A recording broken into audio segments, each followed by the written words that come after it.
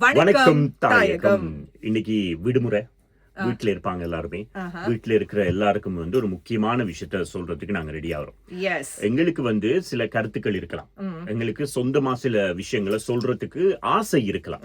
ஆனா எதை எங்க எப்படி சொல்லணும் அப்படின்றது எங்களுக்கு தெரிஞ்சிருக்கும்.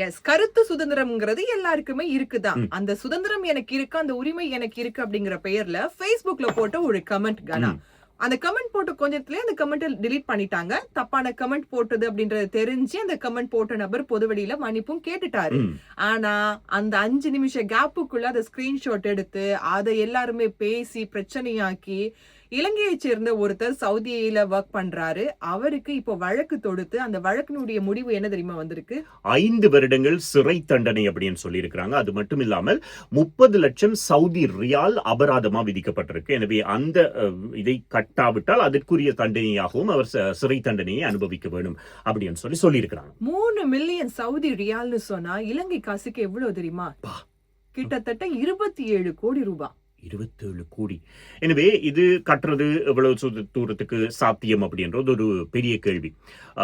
இந்த பிரச்சனை கொஞ்ச நாட்களுக்கு முதல்ல வந்தது.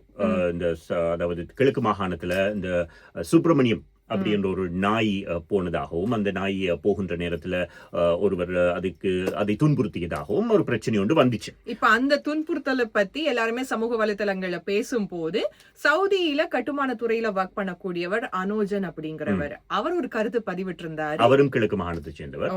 அதாவது ஒரு மதத்தினுடைய நம்பிக்கைய, அவங்க மதத்தினுடைய பற்ற ஒரு இழிவா சொல்லக்கூடிய வகையிலான ஒரு கருத்து அவர் பதிவிட்டு இருந்தார் இல்லையா? அந்த கருத்து தான் இப்ப பிரச்சனையை உருவாக்கி இருக்கிறது. அது கருத்து அப்படி இழிவாக பதிவிட்டதே பிற.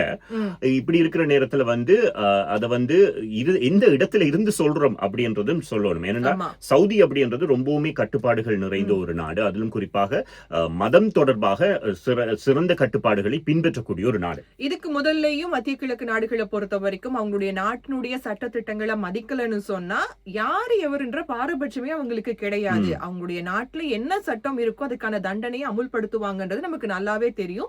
இந்த மாதிரியான சம்பவங்கள் கடந்த காலங்களையும் நம்ம பேசி இருக்கிறோம், கேள்விப்பட்டிருக்கோம் இல்லையா? அப்படி இருக்கும் போது ஒரு நாட்டுல நம்ம வேலை செய்யறதுக்காக போயிருக்கிறோம். அந்த நாட்டுக்கு போயிட்டு நம்ம இருக்கும் போது அந்த நாட்டுடைய சட்டத்திட்டங்கள்லாம் என்ன, அங்க இருக்கக்கூடிய மத சார்பான விஷயங்கள், நம்பிக்கைகளை நம்ம குறை சொல்ல முடியாது, கொச்சைப்படுத்த முடியாது அப்படின்றது. அவர் என்னதான் போட்டுட்டு 10 நிமிஷத்துல அழிச்சிட்டேன் அப்படின்னு சொன்னாலும் அது ஸ்கிரீன்ஷாட் எடுக்கப்பட்டு அவர் எங்க வேலை செய்யறார் அப்படின்றது அவருடைய அந்த வீடியோ வச்சு ஆராய்ச்சி கண்டுபிடிச்சு அதை சவுதி போலீஸுக்கு அறிவித்து சவுதி போலீசார் அவரை கைது செய்து இப்பொழுது சவுதி நீதிமன்றத்தில் அவர் நிறுத்தப்பட்டு அவருக்கான தண்டனை வழங்கப்பட்டிருக்கு.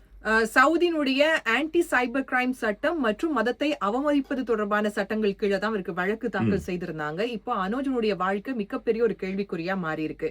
வீட்டினுடைய கஷ்டத்துக்காக, வறுமையை இல்லாம ஒழிக்கிறதுக்காக வெளிநாட்டுக்கு வேலை வாய்ப்பு தேடி போனவர், கட்டுமான துறையில வேலை செஞ்ச ஒருத்தர் பண்ணின ஒரு விஷயம், ஒரு சின்ன கமெண்ட், என்னதான் அவர் டிலீட் பண்ணிட்டு பொதுவெளியில மன்னிப்பு கேட்டிருந்தாலும் கூட இது எங்களால அக்செப்ட் பண்ண முடியாதுன்னு சொல்லிதான் இப்ப வழக்கு தாக்கல் செய்து 5 வருஷ சிறை தண்டனை, 3 மில்லியன் சவுதி ரியால் கட்டணம் தண்டப்பணமாக அறவிடப்பட்டிருக்கு. இப்போ சமூக வலைதளங்கள்ல இதை பத்தியும் மறுபடி பேச ஆரம்பிச்சிருக்காங்க. குறிப்பாக ஒரு விஷயத்தை நாங்க தெளிவா புரிஞ்சு கொள்ளணும்.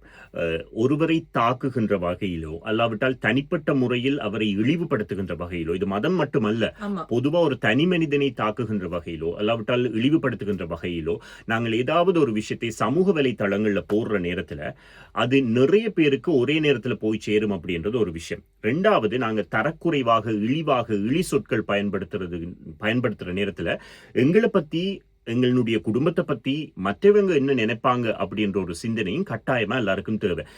அது ஒரு விதமான ஒரு ஃபன்னா இருக்கலாம். நீங்க போடுகின்ற மெசேஜ்கள் மற்றவங்களை குத்துறோம் அப்படின்றது.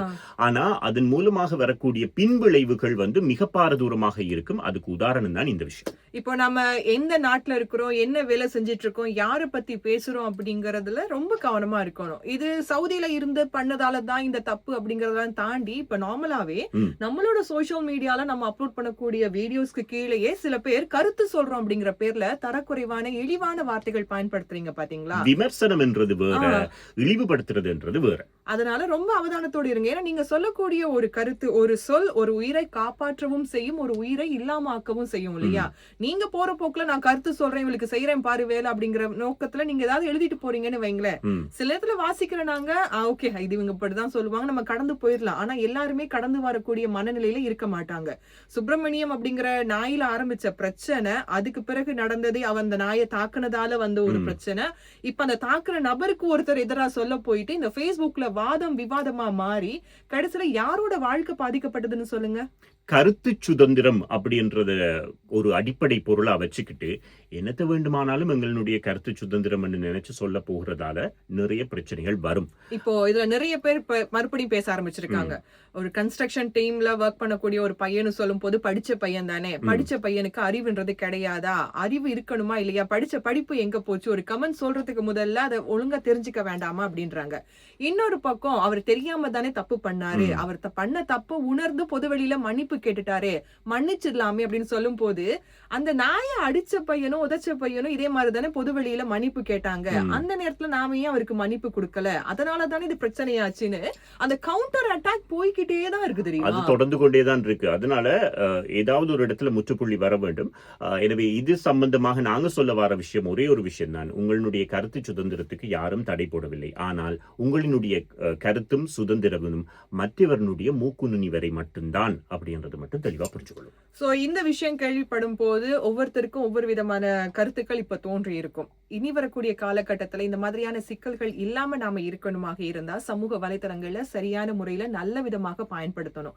இப்போ அனோஜன் சகோதரரை இந்த பிரச்சனையில இருந்து மீட்டெடுக்கிறதுக்கான போராட்டத்துல பல பேர் ஈடுபட்டிருக்காங்க. இதுவும் என்ன மாதிரியான ஸ்கேமுக்குள்ள கொண்டு போய் சேர்க்க போகுதுன்னு தெரியல. ஏன்னா காசு சேர்க்கிறோம் அப்படிங்கிற ஒரு விஷயத்தையும் இப்ப சோசியல் மீடியால ஸ்டார்ட் பண்ணியிருக்கிறாங்க. எனவே நாங்கள் கொஞ்சம் புத்திசாலித்தனமாக சுய சிந்தையோடு செயற்படுவோம் அப்படின்னு சொல்லிட்டு நாங்க விடுபட போறோம். வணக்கம் தாயகம்.